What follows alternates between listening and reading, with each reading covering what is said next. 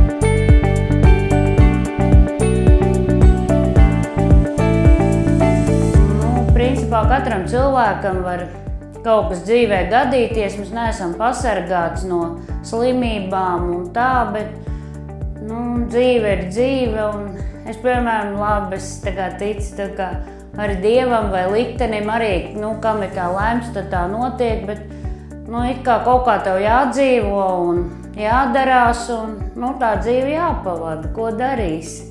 Tas ir ļoti labi, kad ir Dzīvības koks, un es novēlu viņiem nepazust un darboties un atbalstīt cilvēkus.